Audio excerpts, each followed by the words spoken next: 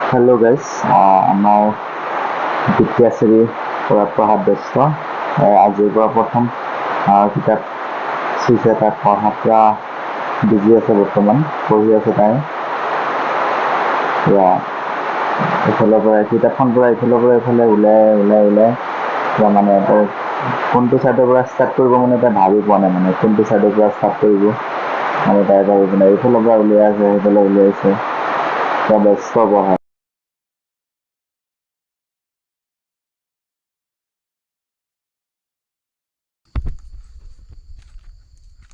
কি কৰিছা ভাবি? কি কৰি আছা?